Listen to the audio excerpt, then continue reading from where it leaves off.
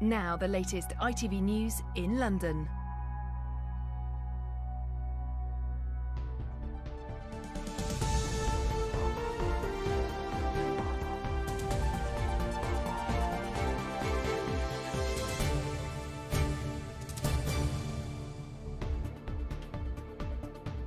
Tonight, killed by his mother and her partner. Kyrell Matthews was just 2 years old. In his short life, he suffered dozens of injuries inflicted by those who should have been caring for him.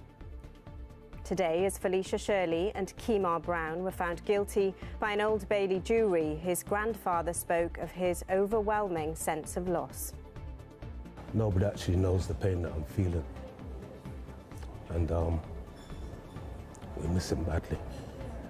Also on the programme, the great ULEZ expansion, the Mayor's plan to extend the zone throughout the whole of London, but it's left some business owners fuming. At the moment we can't get new vehicles, so effectively it's just a tax. It won't produce clean air if you can't replace the vehicles. Plus, bye-bye Boreham Wood, the end of Cup Run full of pride and passion. And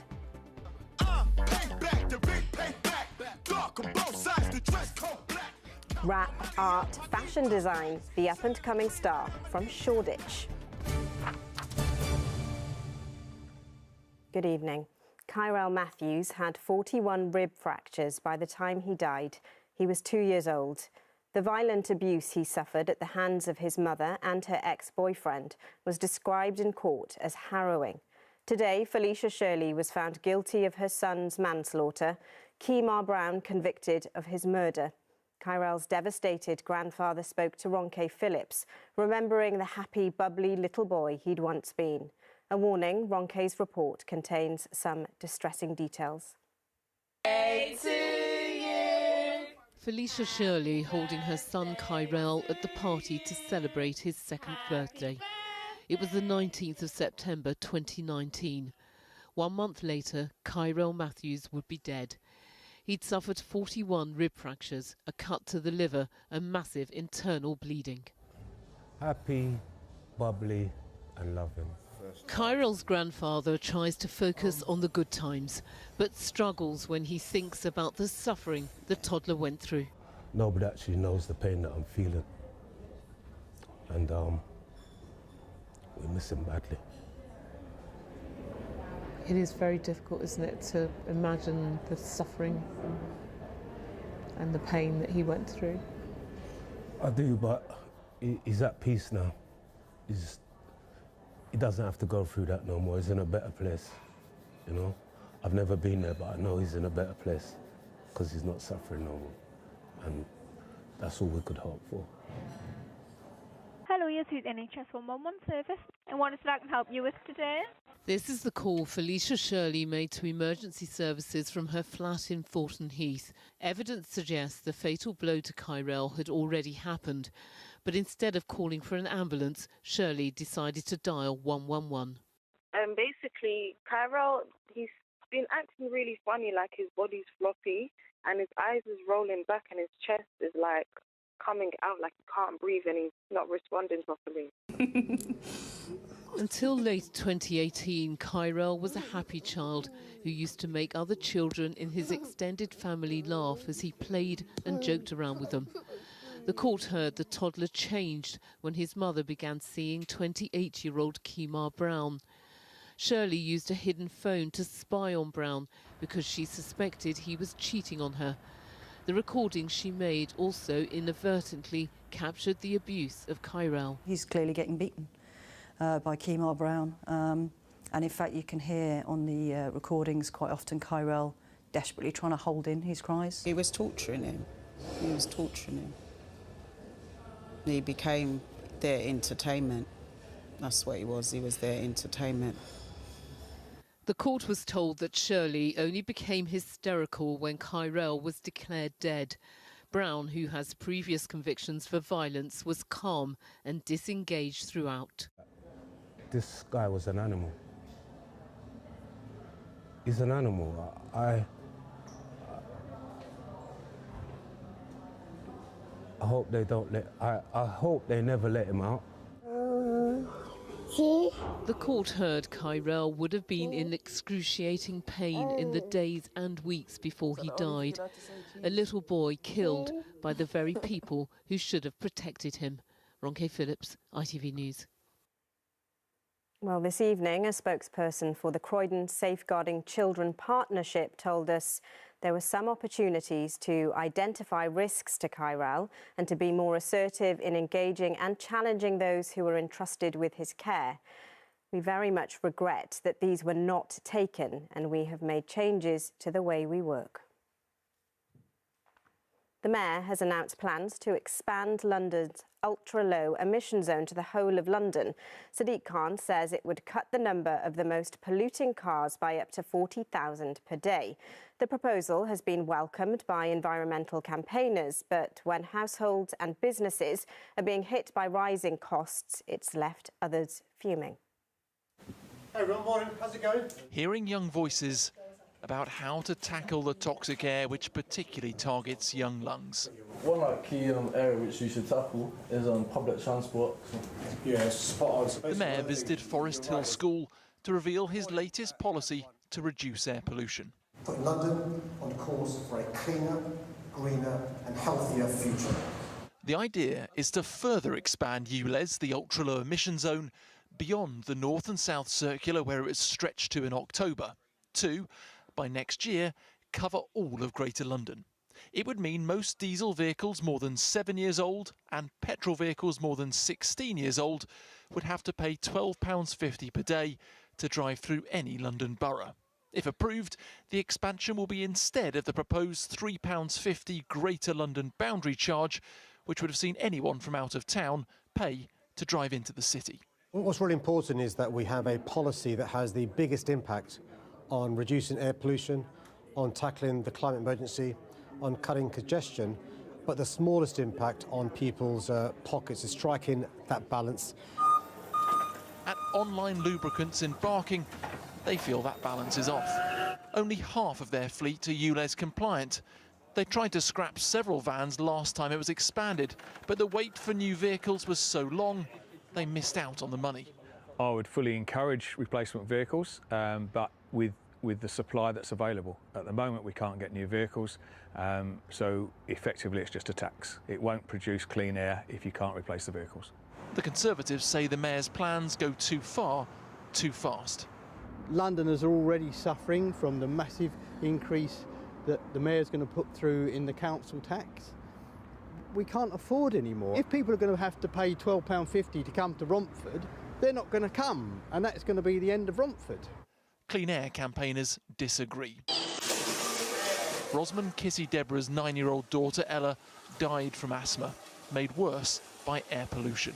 Dirty air is poisoning for young children. It is stunting their lung growth. And we can't live in a capital in 2022/2023, and this time next year, 12 children would have died from asthma. This is not acceptable. In the long term, the Mayor still wants a pay-per-mile road charging scheme, but the technology's not there. He plans to bring in the ULEZ expansion in 2023. So, Martin, there's been quite a lot of resistance to this. Yeah, I mean, online, Ria, most of the people who are commenting are saying things like this is just a money-making racket. And you can see why when you look at the basic numbers, because TfL are bus, for starters. This will affect 135,000 vehicles a day if behaviour doesn't change. At £12.50 a head, that's about £1.7 million a day TfL could stand to make. But I did put this point to the Mayor. He said there are many mitigating factors. To start with, this will cost a lot of money to implement. And secondly, if you look at what happened with that first expansion, when it was mooted in 2017, only 39% of vehicles were compliant. By the time it was rolled in October, 92% were. So if that trend continues, that number of vehicles that would have to pay will come right the way down. That's not to say it won't be uncomfortable. It's not to say that it won't be popular. And there's also criticism from the other side, the environmental lobby, who say it won't actually ease congestion. What we need to do is get people out of cars altogether.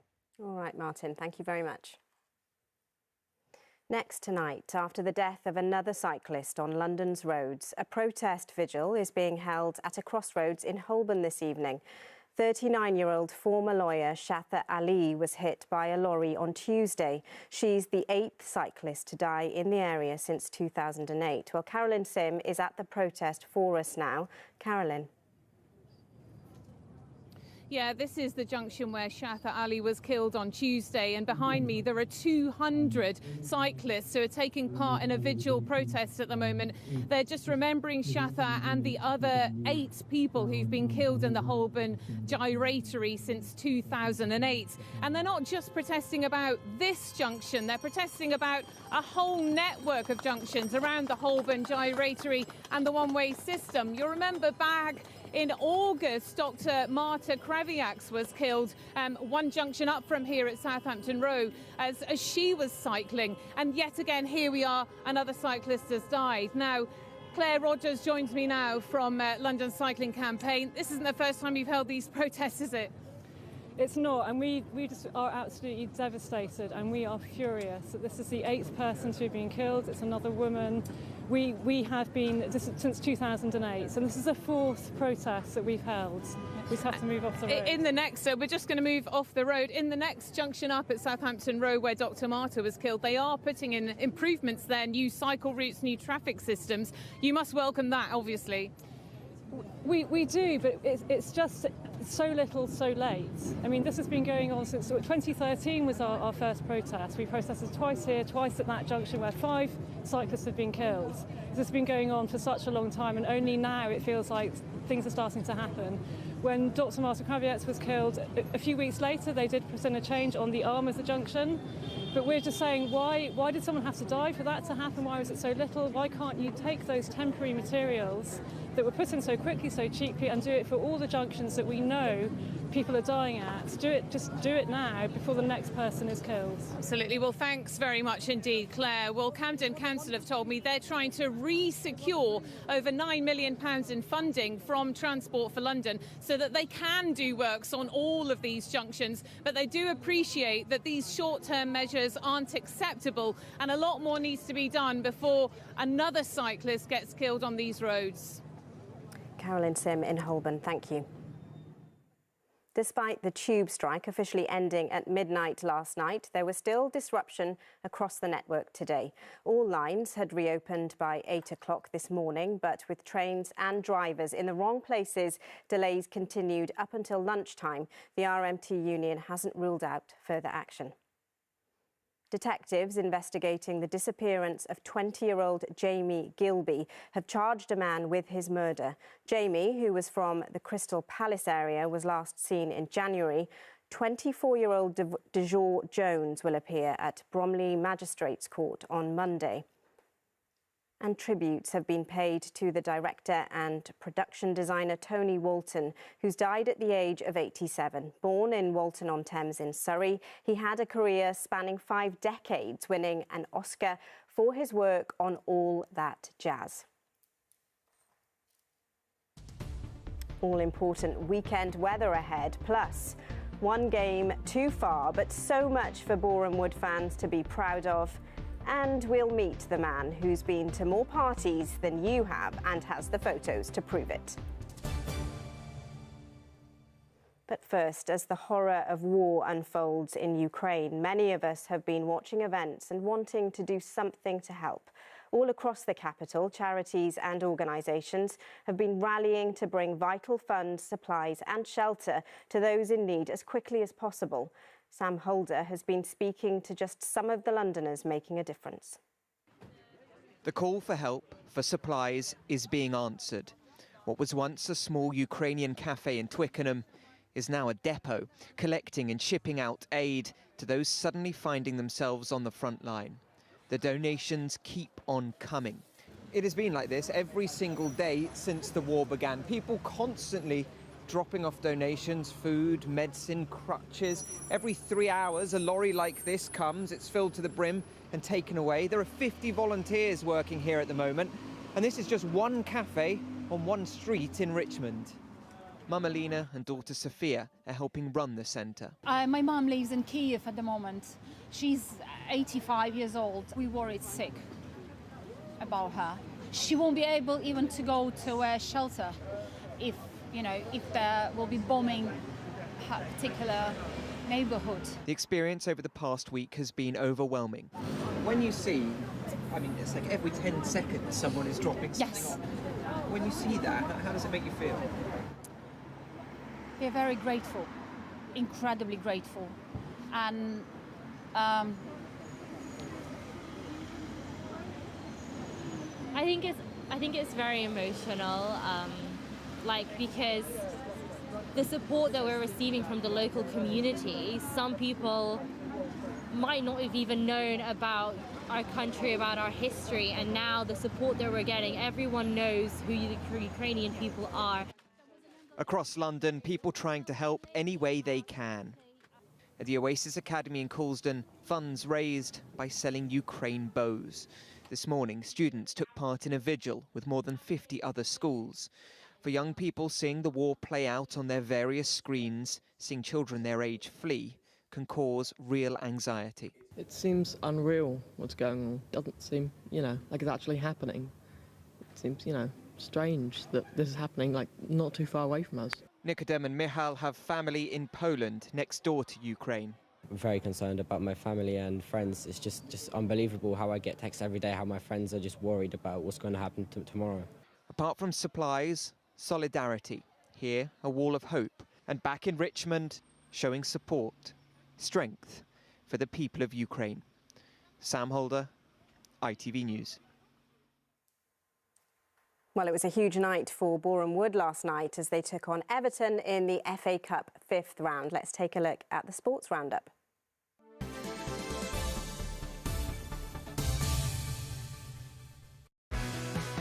Small businesses and local teams, the heart of our communities. eBay sponsors ITV Regional Sport Reports.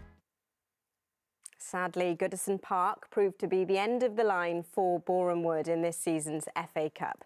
Fans had travelled to Liverpool to watch their team battle against the mighty Everton, 78 places above them on the football ladder. And for over an hour, they held their own. But as Antoine Allen reports for the Hertfordshire club, it's been far more about the journey than the destination.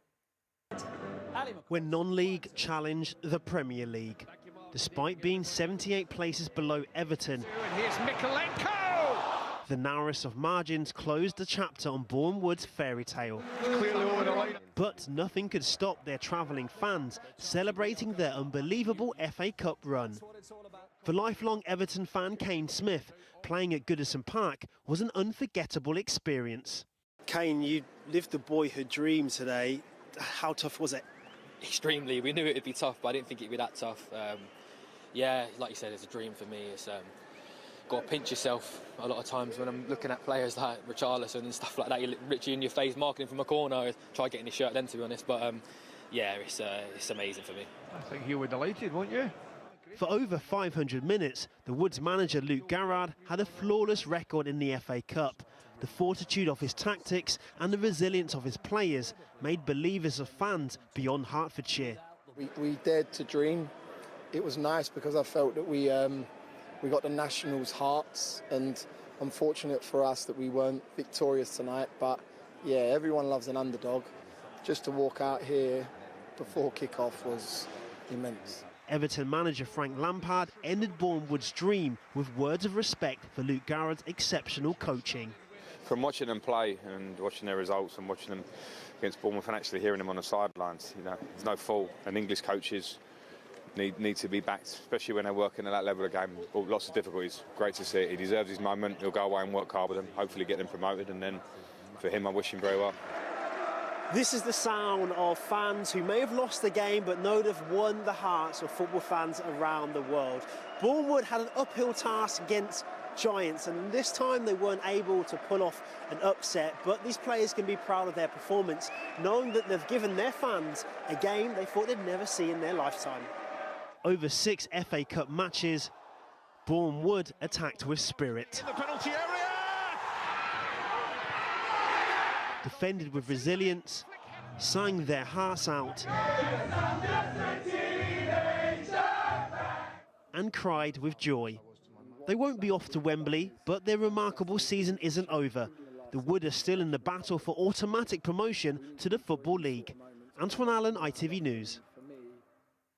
Chelsea manager Thomas Tuchel has pledged his future to the club following the announcement it's up for sale by controversial owner Roman Abramovich. The Russian oligarch confirmed he's selling Chelsea after intense pressure for the UK government to impose sanctions on him. He's been under scrutiny for his alleged links to Vladimir Putin. Speaking this morning, Tuchel was asked if it would affect his own future.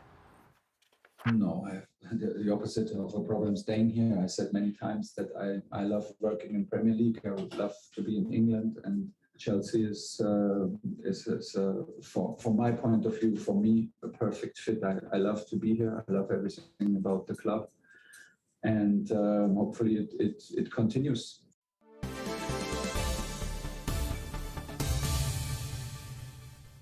It was once said of our next guest, if a party takes place and Dave Bennett isn't there to capture it, did it even happen at all?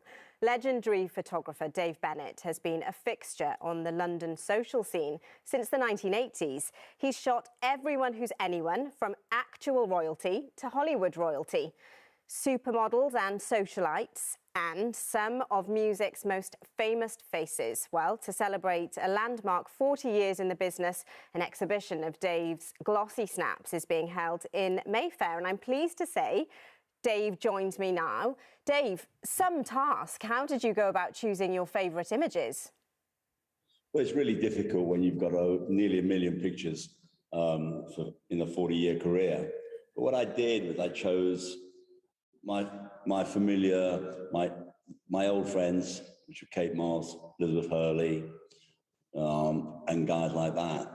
So you started your career in news, Dave, didn't you? Any particular stories there that stuck out for you? Well, the exhibition is actually named after a situation in 1981 in Southend, when I was photographing the rebirth of troublemaking skinheads and rockers. And as I took a picture of a particularly nasty skinhead being arrested, I heard this voice say, "Great shot, kid." And I turned to see my hero, Don McCullin, standing next to me. He was shooting it for the Sunday Times, I was shooting it for the Sun. But there you go. So how did you make the shift, Dave? Was there a particular moment or event that swooped you away into the world of high society?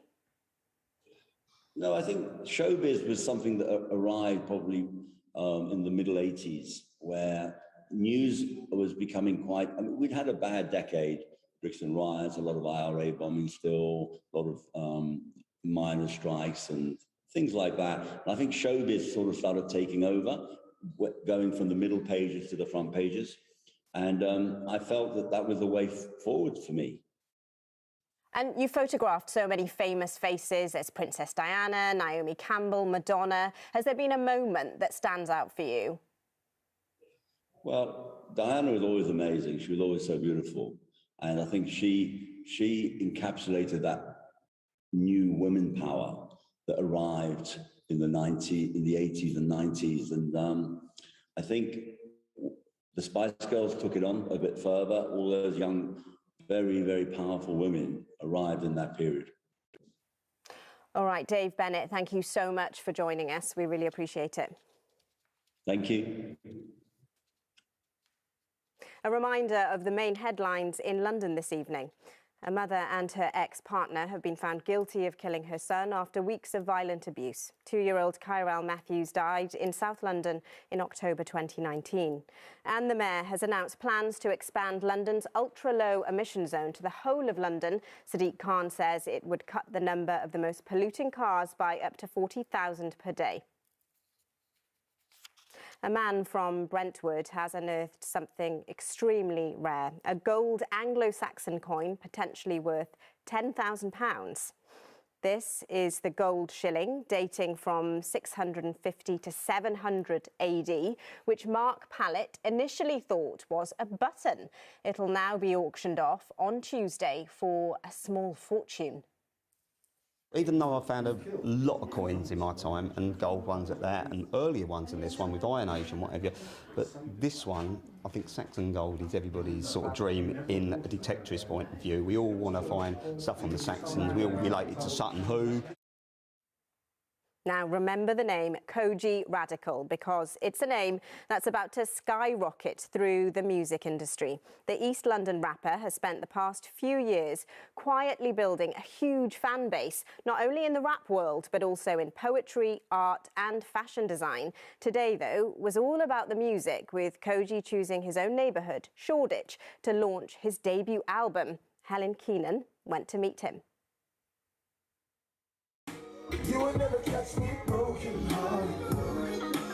They've waited almost a decade for this. Now Kojey Radical has finally dropped his debut album.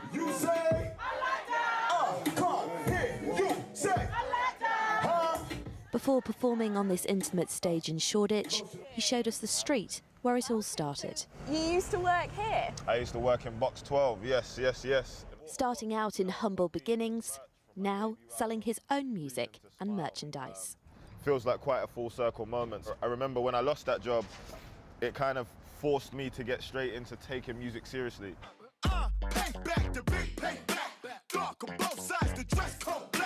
Following success with his singles, nominations for Mobos and performing at the awards. The one and only Kojey Radical.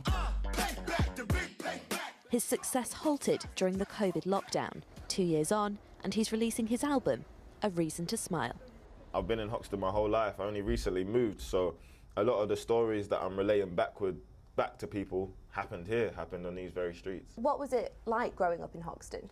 I mean, it's a gift and a curse, I think. I ran into the same problems that any young black man would encounter living in inner city London, but at the same time, a lot of inspiration, you know, Brick Lane, Hoxton Market, Shoreditch, Hackney in general has always been one of those areas that's thrived off the culture of the people that are a part of it. What size do you need? I need to grab a medium for my friend. Yeah? And many from that community turning out today to support the launch. All right, cool. So make sure I don't mess it up. Spell your name for me one time. I don't make music for the accolades, you know? I don't make music to be awarded for it. It would be nice, it'd be lovely. I've had several acceptance speeches planned for a very long time. But at the end of the day, as long as the people enjoy the music, that's all that matters. Wait, wanna know why you better flex so much, rock with and checks in my history. And the people sharing that passion, with plenty turning out today to watch him perform. Helen Keenan, ITV News. Let's take a look at the weekend weather now. Here's Amanda with the forecast.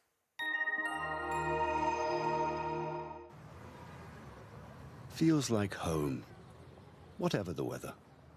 Valent Boilers and Heat Pumps sponsors ITV London Weekend Weather.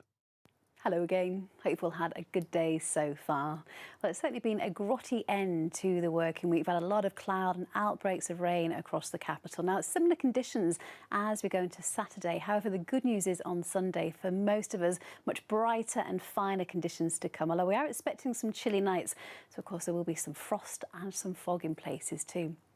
So let's take a look at the bigger picture. We can see today we've had this frontal system. It's been draped right across eastern areas. It's been producing all of that cloud and rain this afternoon.